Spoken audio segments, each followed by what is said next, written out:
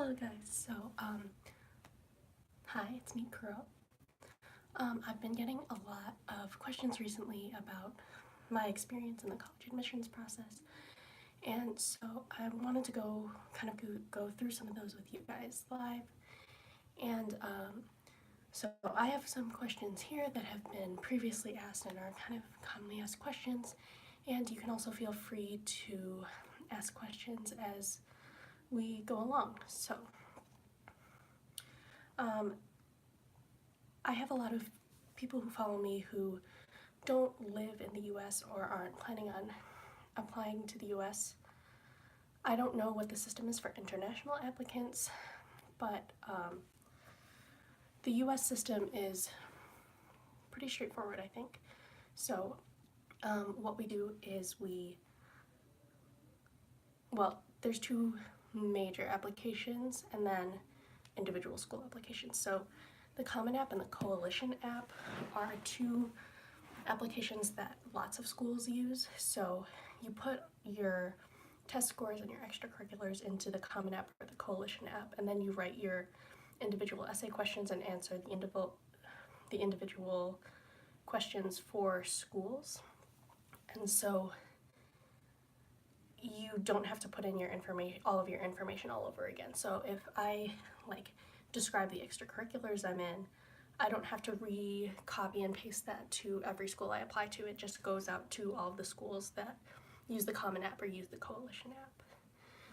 So the most important things that we have to put into the US application system are test scores, extracurricular activities, and essays, which I'll go into in more depth soon because it's a big part of the college application process.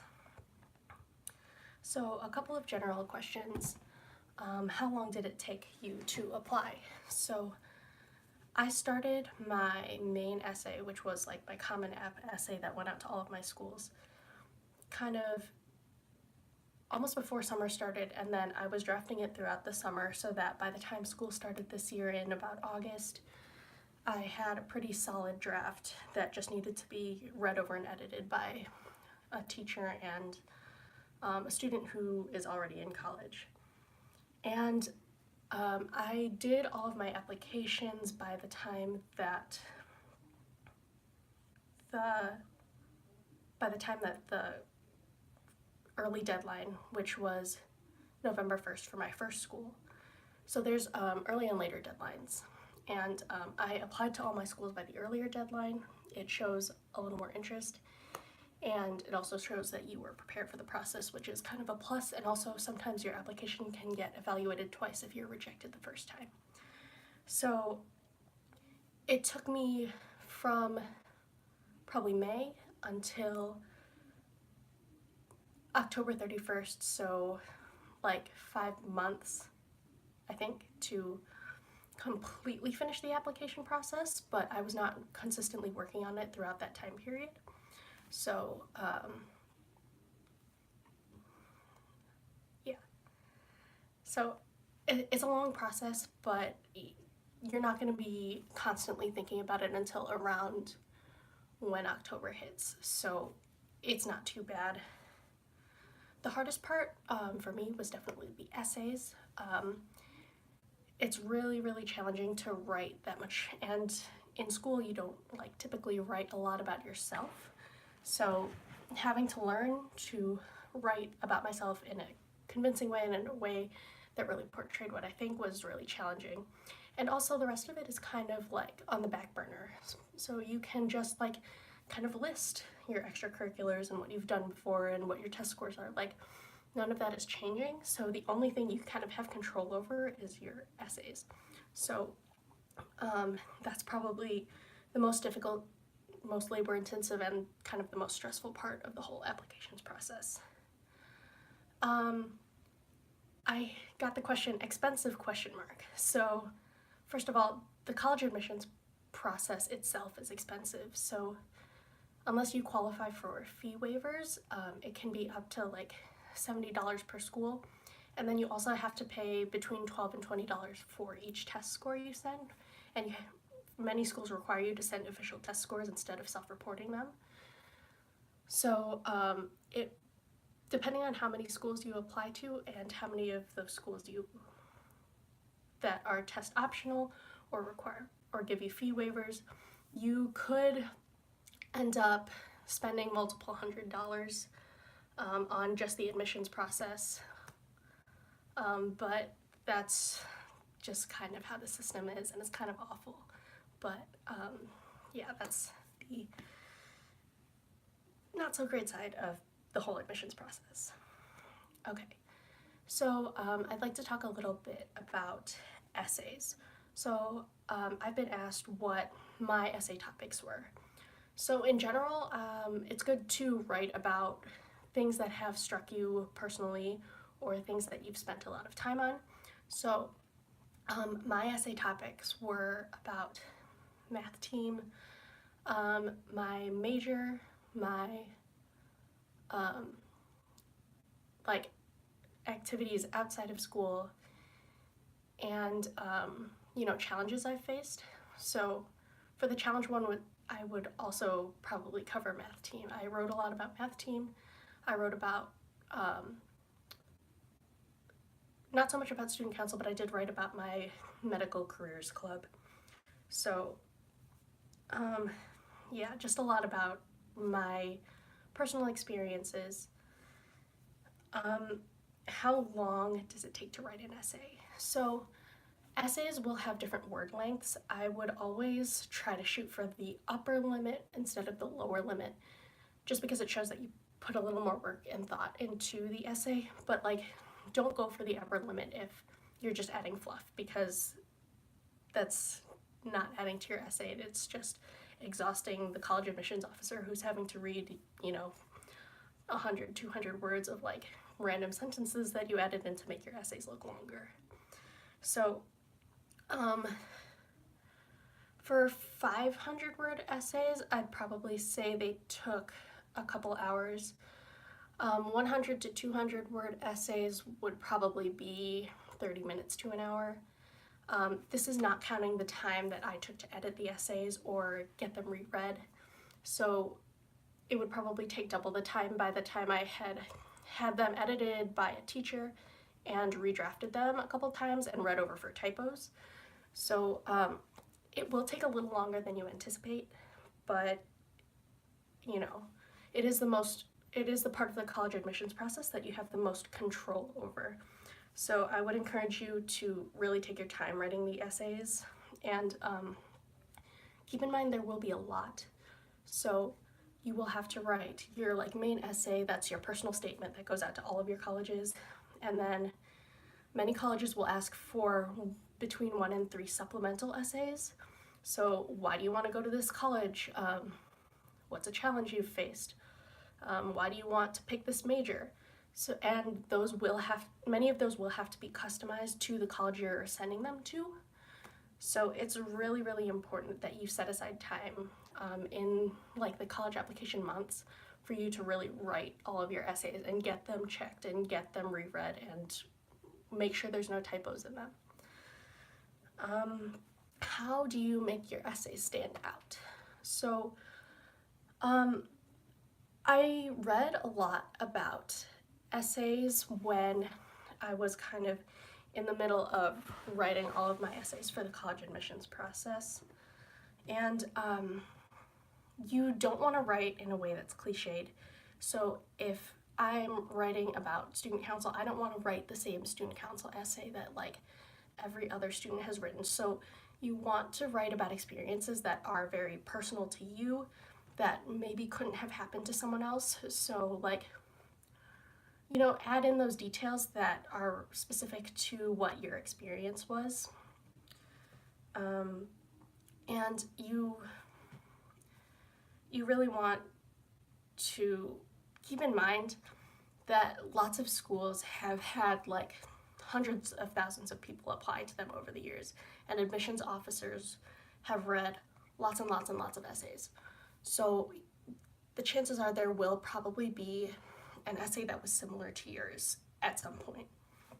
But as long as it's well written and expresses how you think, even if it doesn't blow them away, it's still a decent essay, and there will not be an essay that you write that keeps you out of a school, if that makes sense.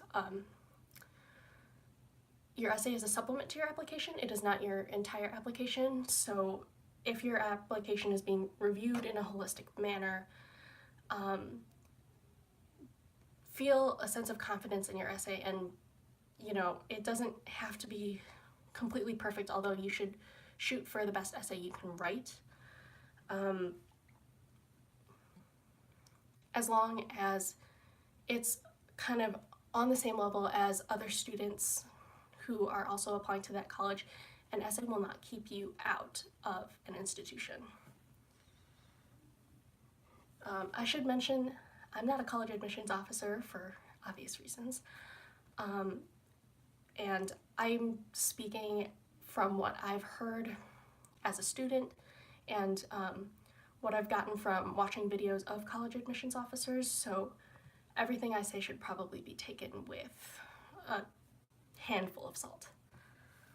Okay, which schools did I apply to? So a lot of my schools were close to my location, so it's a little location sensitive, but I applied to mostly schools in my area and one out-of-state school. So I applied to two sort of large Catholic schools, two like liberal arts, smaller suburban schools, one tech school, two like fairly selective schools, one kind of not very prestigious major state school, and then my one out-of-state school was MIT.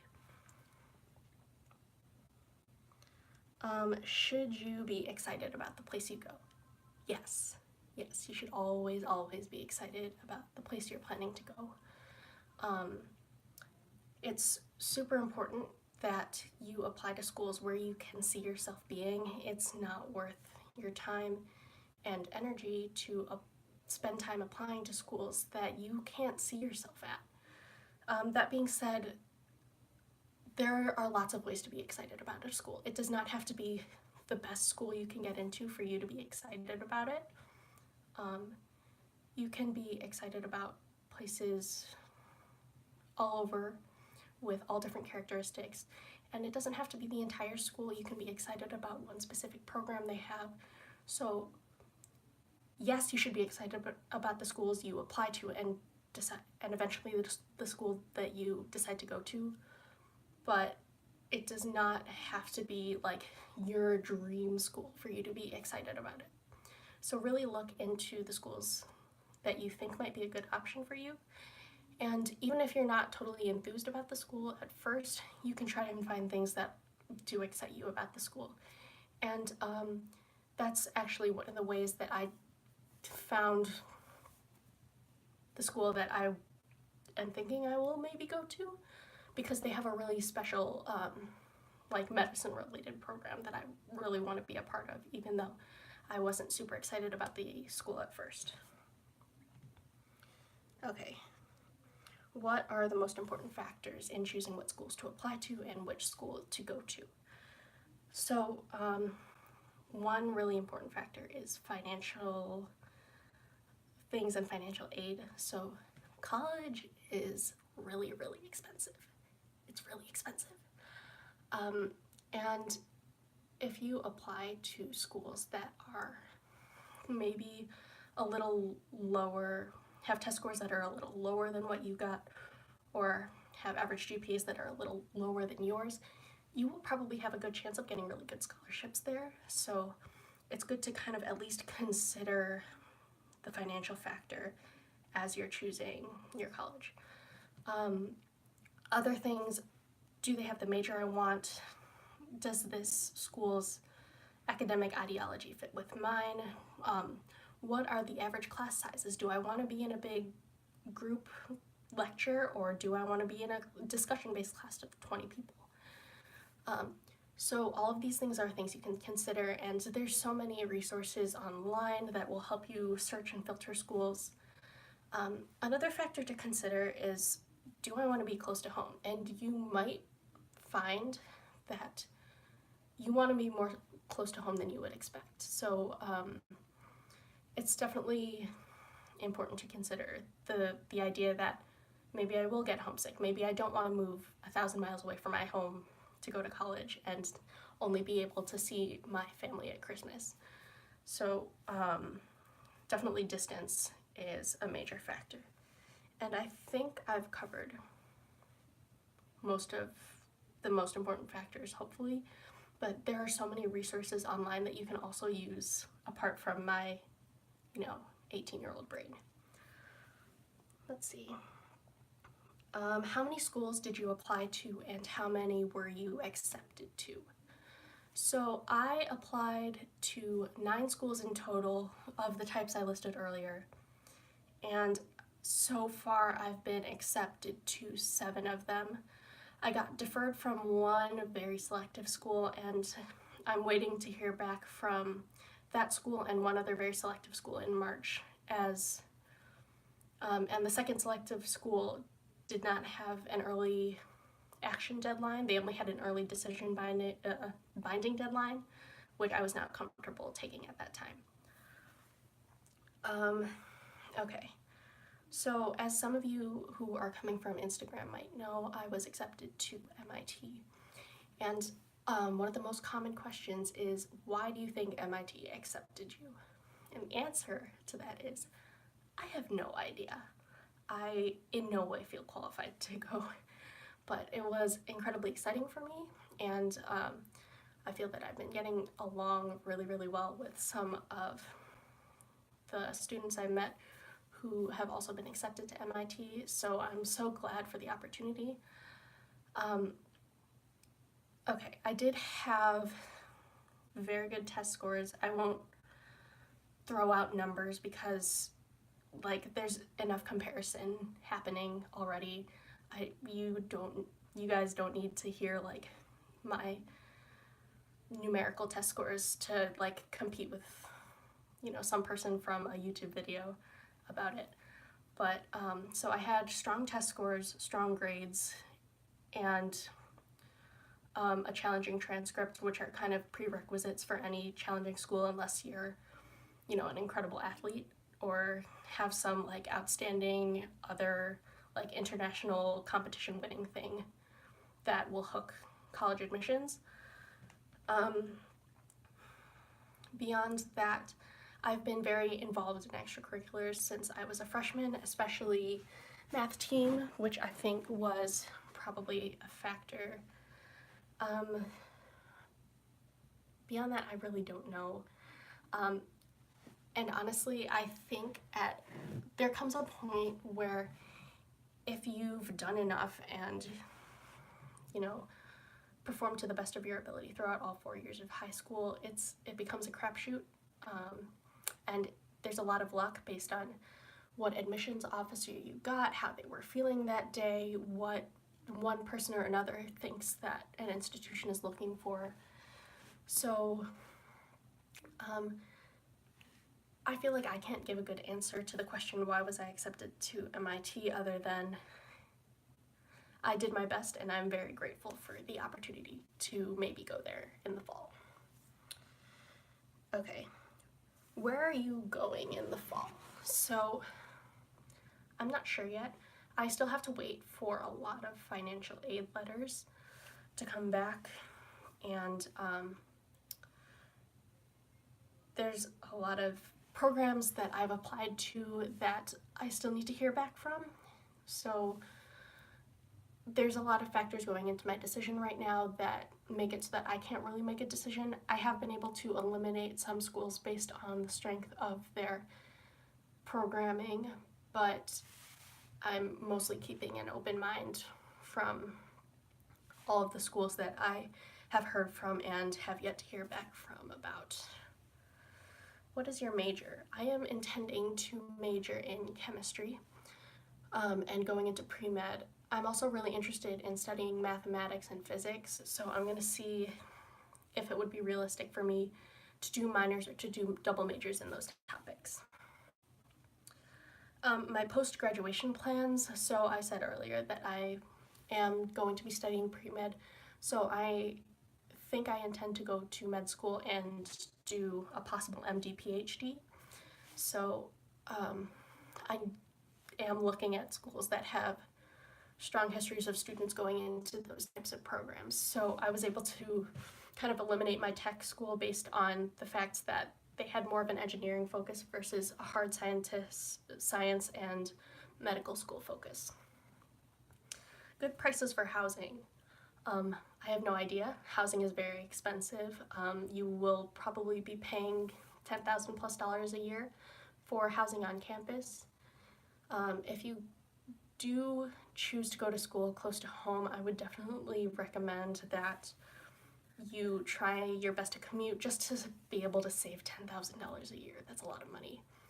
And I know there's a lot of kind of ideas that you were missing out on the college experience if you do not live in dorm room housing, but $10,000 is a lot of money.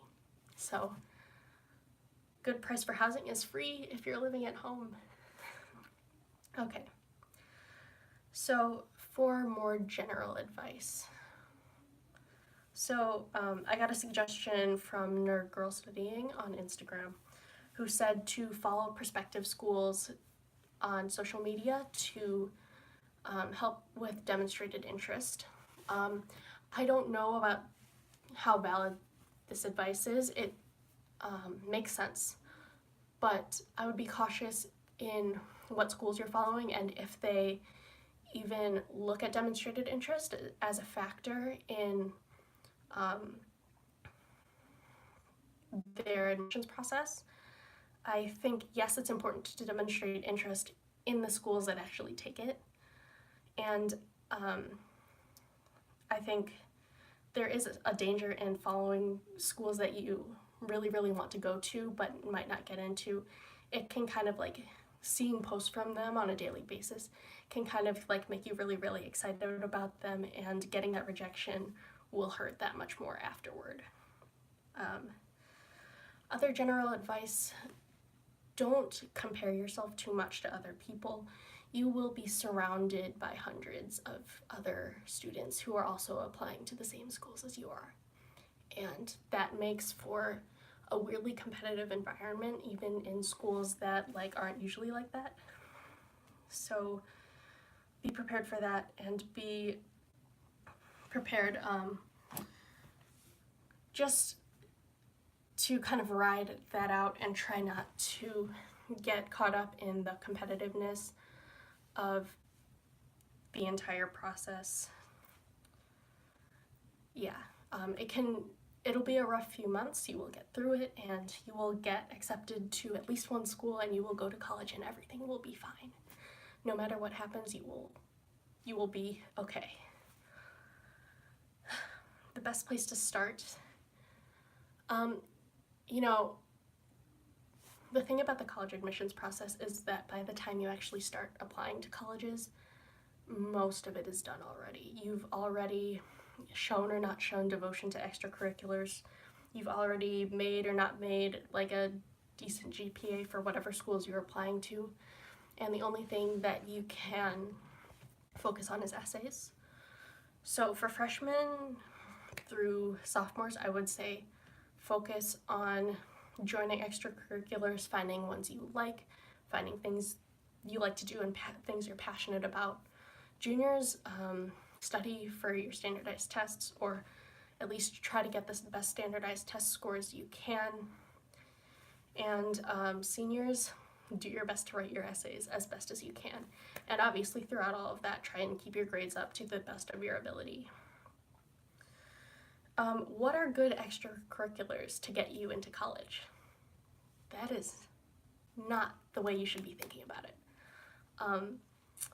Nothing to bash that question. I know that the process is really competitive now, and there's so many amazing schools that only accept like the very, very top students in the nation, but it's going to be really, really obvious if you're joining extracurriculars just to get into college, especially if you're only beginning to think about this come your junior, senior year. So don't join extracurriculars just so that it'll look good on a college application, because it won't be fun for you, and if you don't get into that college, then you'll have wasted your time doing something you don't like. So find things you're passionate about, find things you enjoy doing. That's what I did, and it's gotten me to really where I need to be, not only in the admissions process, but as a human being in general. So, you know, have good experiences, do the things you love, and you know, the college admissions will see that, and what you picked is secondary to how much time and energy and caring you put into the things you chose. Okay, how do you stay productive? You should not ask me this question. I am a chronic procrastinator. But, you know, put your phone and whatever other devices you have away. It's best really to not be distracted all the time, which is something I struggle with, but just do your best to stay focused on the thing you are trying to do, and if you need to take a short break, then do it, but don't let that break extend into, you know, more than 5-10 minutes for every hour you're doing homework or doing things that you should be doing, because it's really easy to get lost in the internet. Anyway, I think that wraps up all of the pre-asked questions I have. But one last piece of advice is just to do your best to enjoy the process and you should let your application be a reflection of who you are and what you believe. Don't let the numbers and the comparisons and, oh, I did one more extracurricular activity than you did. You know, don't let the competitiveness get to you. And if you get rejected from a school, it's not a reflection on you as a person. Sometimes things just happen, and sometimes applications are competitive, and sometimes, you know, it's okay not to get accepted to a school, and you will end up wherever you need to be, and everything will be okay. So thank you so much to those of you who watched. Thanks to those of you who will watch this in the future. And I hope that my advice on the college admissions process has been helpful to you guys. So have a wonderful day, stay safe, and